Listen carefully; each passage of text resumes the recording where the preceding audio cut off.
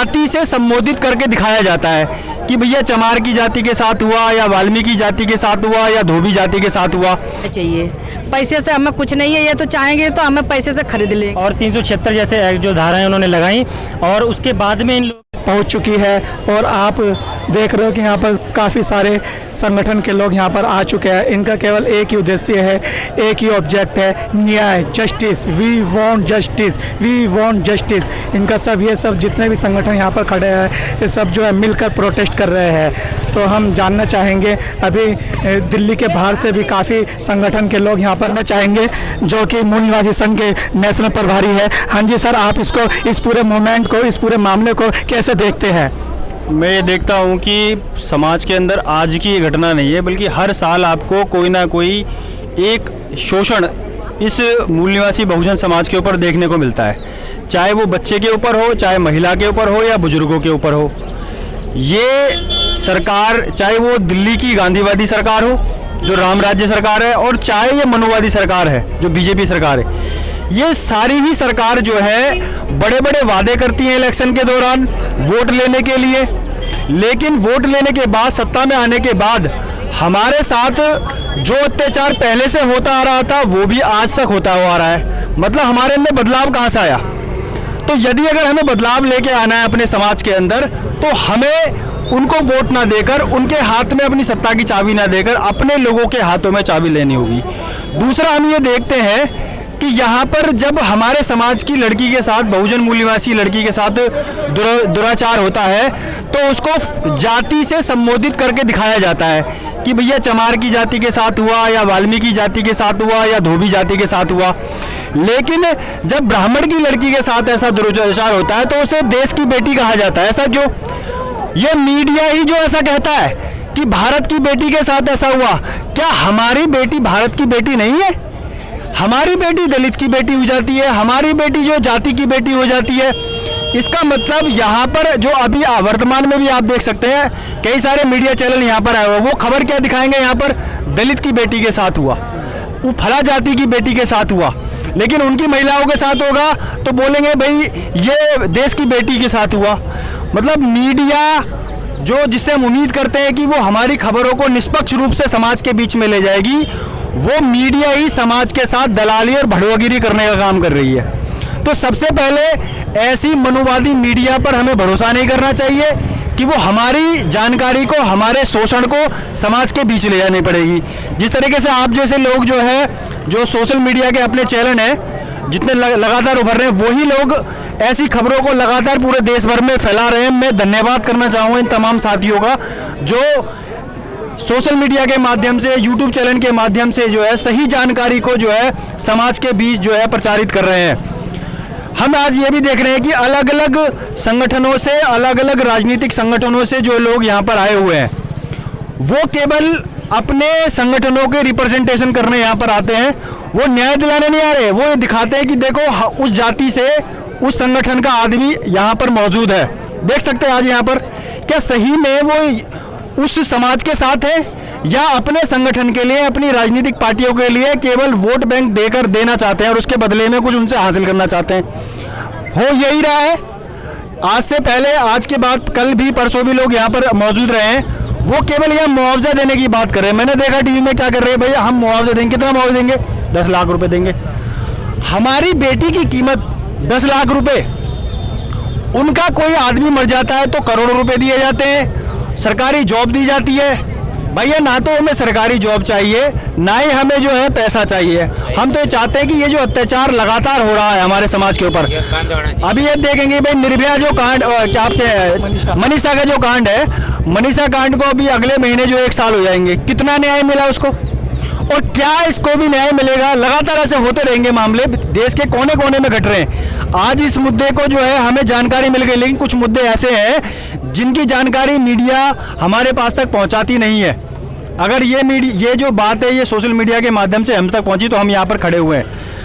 हम यहाँ पर ये भी देखते हैं कि यहाँ पर पूरे समाज के लोग यहाँ पर मौजूद नहीं। जैसे अभी मैडम ने कहा कि भाई यहाँ केवल SC ST के, OBC के लोग ही मौजूद हैं। यहाँ पर पूरे समुदाय के, भारत के पूरे हर जाति, हर वर्ग से, हर धर्म से लोग नहीं आए हुए हैं। क्योंकि उनका ये लगता है, उनको ये मानना है कि भाई हमारी जाति की या हमारे धर्म की महिला के साथ थोड़ी ना हुआ है, ये तो फला जाति की फला धर्म के लोगों के साथ ऐसा हुआ है। तो ऐसी तुच्छ मानसिकता इस समाज के अंदर जो है वो लगातार चल रही है। जब तक हम जाति की मानसिकता से, धर्म की मानसिकता से ऊपर आकर एक इंसान की मानसिकता के लिए यहाँ पर नहीं आएंगे न्याय दिलाने के लिए, तब तक ये लगातार ऐसा ही चलता रहेगा। इतना ही मैं आपसे कहना चाहूँगा। सर, जितने ये भी संगठन आए हुए हैं यहाँ पर SC ST OBC के, सब ने अलग अलग टेंट, अलग अलग तंबू गाड़ रखे हैं। तो सर यहाँ पे यूनिफिकेशन की बात तो कहीं मेरे को नज़र नहीं आ रही। तो जब तक आप यूनिफिकेशन एक होकर जो है प्रोटेस्ट नहीं करोगे तो सर प्रशासन तो वैसे ही गूंगा भेड़ा हो चुका है कि आप देख चुके हो। फास्ट ट्रैक कोर्ट का मतलब होता है 6 महीने में डिसीजन लेना, लेकिन मनीषा वाल्मीकि को अभी तक न्याय नहीं मिल चुका है। इसकी चिता अभी तक ठंडी नहीं हो पाई है और दोबारा एक घटना घट जाती है। तो आप इन सभी संगठनों को एक होने के लिए क्या कहना चाहोगे? मैं ये कहना चाहूँगा कि हर संगठन के लोग जो अपने अपने संगठन के आका बने हुए हैं, वो आकागिरी को छोड़कर केवल समाज के उद्देश्य के लिए एक प्लेटफॉर्म पे आए, एक पहचान के तहत, एक झंडे के तहत और एक विचार के तहत। वो विचार है केवल हमारा फूले अम्बेडकरी विचार, उसके तहत ही हम समाज का डेवलपमेंट कर सकते हैं। जब तक हम एक उद्देश्य के लिए, एक विचार के लिए, एक झंडे के नीचे, एक पहचान के तहत नहीं आएंगे, तब तक ये सिलसिला आगे ऐसे ही चलता रहेगा। हम केवल अपने अपने संगठनों की आइडेंटिटी लेकर यहाँ पर आएंगे और इससे ज़्यादा कुछ नहीं है यहाँ पर। तो प्रशासन से क्या मांग है आपकी? प्रशासन से हमारी क्या उम्मीद रहेगी, क्योंकि प्रशासन के अंदर जो दिग्गज अधिकारी है वो हमारे समाज से है ही नहीं। वहाँ पर हमारा प्रतिनिधित्व वहाँ बचा ही नहीं है। आप देख रहे हैं कि भाई जो भी IAS ऑफिसर हैं, IPS ऑफिसर हैं या न्यायपालिका में वर्तमान में जो जज हैं, वो SC ST OBC से वहाँ पर रिप्रेजेंटेशन उनका नहीं है। तो हमारे लोग वहाँ पर है ही नहीं, तो हम उस प्रशासन से क्या उम्मीद करेंगे? वो तो दोगला प्रशासन है, दोगला अधिकारी है सारे लोग। तो पहले हमारा रिप्रेजेंटेशन वहाँ जाएगा, तब हम उनसे न्याय की उम्मीद करें। हमें ऐसे प्रशासन से, ऐसी न्याय व्यवस्था से कोई उम्मीद नहीं है। हमें ये जिम्मेदारी खुद पे लेनी पड़ेगी अपने कंधों पर। तो सर, देश जो सर्वोच्च न्यायालय है, सुप्रीम कोर्ट है, वो देश की सर्वोच्च अदालत है सर, इस पर तो आपका बिलीव होना चाहिए। तो आप किससे फिर गुहार लगाओगे जब आपको प्रशासन पर बिलीव नहीं है? तो नहीं, हमें सुप्रीम कोर्ट की जो व्यवस्था है संविधान में, उसमें विश्वास है। हमें संविधान के अंदर और भी जो प्रशासनिक व्यवस्था है उस पर विश्वास है, लेकिन उस प्रशासन पर, उस न्यायपालिका में जो लोग हैं उन पर हमारा विश्वास नहीं है। वो चलाने वाले लोगों पर हमारा विश्वास नहीं है। जब तक हमारा रिप्रेजेंटेशन वहाँ पर नहीं होगा, तब तक ऐसे लोगों पर हमारा विश्वास नहीं। व्यवस्था पर हमारा विश्वास है, लेकिन व्यवस्था पर जिन लोगों ने कब्जा किया है उन लोगों पर हमारा विश्वास नहीं है। तो इसके लिए आप यूनिफिकेशन के लिए क्या काम कर रहे हो? हम लोगों को जागरूक करने का काम कर रहे हैं कि भाई, हमने बोला अभी कि भाई एक झंडे के नीचे आओ, एक उद्देश्य के लिए काम करो, एक पहचान के तहत इकट्ठा हो जाओ। कोई फला जाति का संगठन चला रहा है, कोई जो है फला दलित का संगठन चला रहा है। तो जब तक अलग अलग पहचानों से आप संगठन चलाते रहेंगे, जाति के संगठन, परिवार के संगठन, व्यक्ति के संगठन, तब तक जो है आप यूनिफिकेशन में नहीं आ सकते हैं। तो इनसे हमें थोड़ा सा ऊपर उठना होगा। तो मैम, आप इस पूरे मामले को कैसे देखते हो और प्रशासन से क्या मांग करना चाहती हो? हम तो यही कहते हैं कि बेटी को न्याय मिलना चाहिए। हमें ना कोई पैसे चाहिए, ना कोई इनके पैसे चाहिए, हमें बेटी को न्याय चाहिए। पैसे से हमें कुछ नहीं है, ये तो चाहेंगे तो हमें पैसे से खरीद लेंगे, बाकी हमें बिकना नहीं है पैसे से। ऐसे तो 8 दिन करते रहेंगे, हमें पैसे दे दे के बहुत कुछ करते रहेंगे, तो ये तरह का नहीं चलेगा। हमें न्याय चाहिए। तो न्याय चाहिए, न्याय की प्रक्रिया क्या होनी चाहिए? अभी मनीषा वाल्मीकि के मामले को जो अभी 1 साल हो चुका है, इसमें final end of the day अभी तक कुछ फाइनल नहीं हुआ है। तो न्याय का क्या मतलब, क्या प्रक्रिया आप बताना चाहोगे? कोशिश तो हम लोग का पूरी रहेगी कि हमें न्याय मिलनी चाहिए। मतलब आप फास्ट ट्रैक कोर्ट में इस मामले को ले जाना चाहोगे? ले जाना चाहेंगे। जब तक न्याय नहीं मिलेगा तब से हम यहाँ से आप हटेंगे, पूरे यहीं पे अड़े रहोगे? हम अड़े रहेंगे यहाँ पर। तो सर, आप इस मामले को किस तरीके से देखते हो, और आप जो है पूरी जो अपने संगठन के साथ आए हो, तो आप क्या उम्मीद रखते हो प्रशासन से? प्रशासन से, जैसा अभी हमारे साथी बता रहे हैं कि जब प्रशासन में हमारे लोगों की भागीदारी नहीं है तो वहाँ न्याय की उम्मीद कैसे हो सकती है? जहाँ पर हमारे लोग होंगे वहीं पर हमारे न्याय की उम्मीद की जा सकती है। जब ये इतने लंबे समय से वो लोग वहाँ पर प्रशासन में हैं, जैसे अभी मनीषा जी का एग्जाम्पल है कि 1 साल होने जा रहा है और फर्स्ट कोर्ट में उनका वो चल रहा है, अब तक उनको न्याय मिल जाना चाहिए था। तो क्योंकि हमारे लोग वहाँ नहीं हैं तो हमें न्याय मिलने में बहुत दिक्कत होगी। और जब तक हमारे लोग नहीं, हमारी भागीदारी शासन, प्रशासन और न्यायपालिका में जब तक नहीं होगी, तब तक हमारे लोगों को ना हक मिलेंगे, ना अधिकार मिलेंगे और ना हम कोई न्याय की उम्मीद उनसे कर सकते हैं। सर क्या आप अभी बता सकते हो पूरे मामले में जो अभी तक 4 दिन हो चुके हैं पीड़िता के साथ दुष्कर्म किए हुए, किन संकीर्ण धाराओं में प्रशासन ने जो है मुकदमा दर्ज किया है? साथियों, ये तो नहीं पता है हमें अभी, क्योंकि मैं आज ही आया हूँ कि उन्होंने मामला किस तरह से दर्ज किया है। पर मैं ये चाहता हूँ कि गुड़िया को न्याय मिले और दोषी हैं उनको सज़ा मिलनी चाहिए, सख्त से सख्त, बल्कि सज़ाएँ उनको मौत मिलनी चाहिए। जो भी गुड़िया के साथ जो हुआ है न्याय, उसको न्याय मिलना चाहिए और जो दोषी लोग हैं उनको मौत की सज़ा मिलनी चाहिए। धारा वगैरह जो है ना, इनका एडवोकेट है ये, इधर ले लो, समझ लो, आइए सर, इधर आओ ना, इनसे धारा वगैरह भी इनसे तो जैसा कि हमारे साथ अजीत जिनवाल जी है, वो पैसे से एडवोकेट है, हम इनसे जानना चाहेंगे सर जो अभी एफआईआर की गई है, एफआईआर में किन संकीर्ण जो है मामलों को दर्शाया गया है? इसके अंदर चाहे SC ST एक्ट या पोस्को एक्ट लगाया गया है या नहीं, या जो है मामले को जो है मतलब कि ठंडे बस्ते में डाल दिया गया है?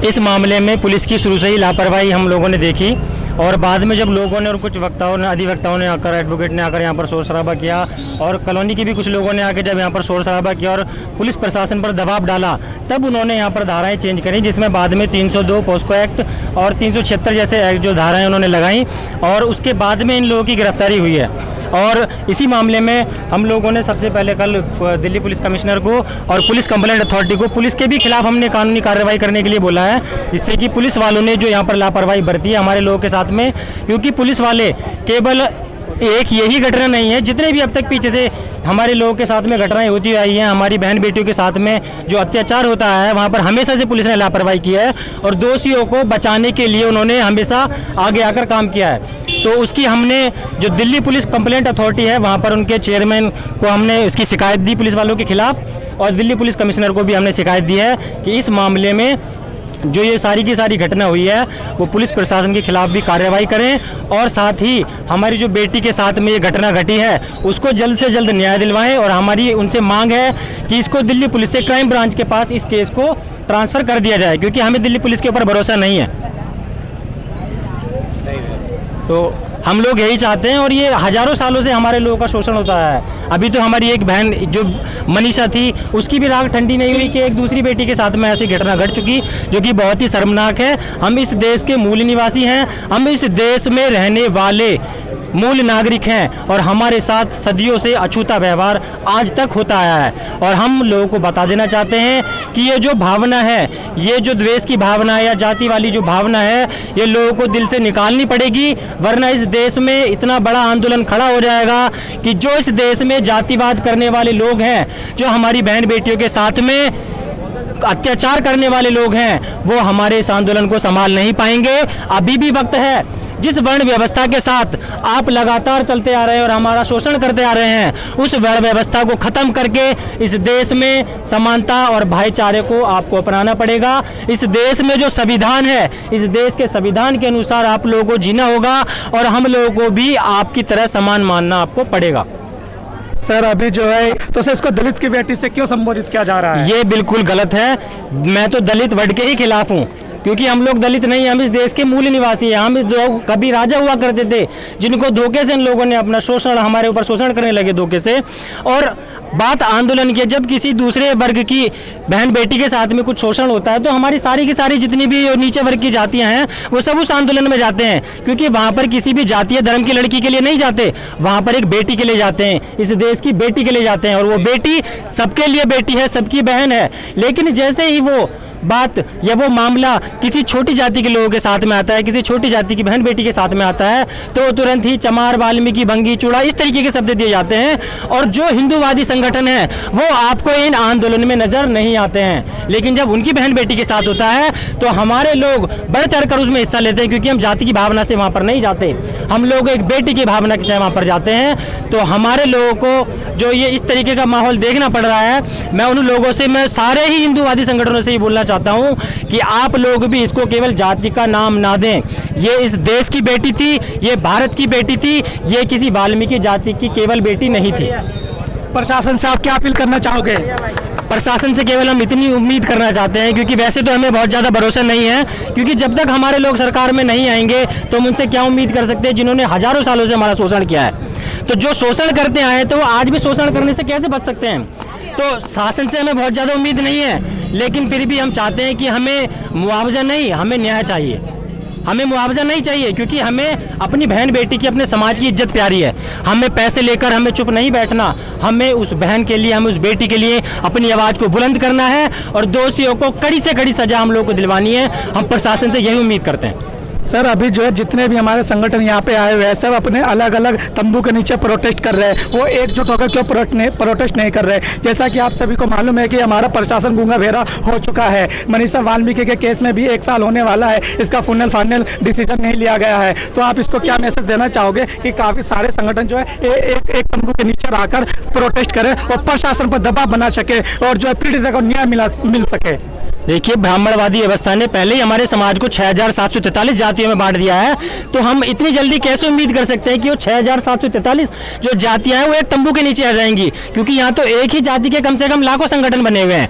लेकिन मैं फिर भी अपने भाइयों से अपील करता हूँ कि इस जाति की जो भावना है, क्योंकि ये एक जाति का मामला नहीं है, मैं फिर बोलना चाहता हूँ, ये केवल वाल्मीकि जाति की बात नहीं है। इसमें हम सभी लोगों को, हम सभी समुदाय के लोगों को एकत्रित होना पड़ेगा और अपने संगठन की पहचान को पीछे रख के एक भाईचारे की भावना के साथ आना पड़ेगा, तभी हम लोग इकट्ठा हो सकते हैं। वरना हम लोग अगर जाति जाति के संगठनों को लेकर चलेंगे तो ये जो घटनाएं नहीं बंद होंगी। आज इस बहन बेटी के साथ हुआ है, ऐसी ना जाने देश के कितने ऐसे जगह हैं, कितने ऐसे गांव हैं जहां हमारी बहन बेटियों का शोषण होता है, उनका बलात्कार होता है और जिनकी शिकायत थानों में दर्ज तक नहीं करने दी जाती है।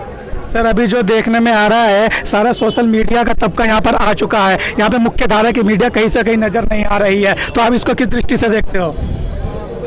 सॉरी, जो अभी आप देख रहे हैं यहाँ पर जो है सोशल मीडिया का तबका आ चुका है। जितने भी रिपोर्टर है सारे सोशल मीडिया से ताल्लुकात रखते हैं। यहाँ पर मुख्य धारा की मीडिया अभी तक नहीं आई है, अभी तक इसको रिपोर्टिंग नहीं किया है। क्या इनके साथ कोई हरासमेंट, पीड़िता के साथ कोई इस तरह का कोई उपेक्षित नहीं किया जा रहा है इस खबर को? मैं आपको बता देना चाहता हूं कि जो शोषण करता है उन्हीं की जमात से तो वो मीडिया भी आता है। इसलिए कभी भी अगर हमारी बहन बेटी के साथ कोई शोषण होता है तो वो आपको हमारी बस्तियों में दिखाई नहीं देंगे।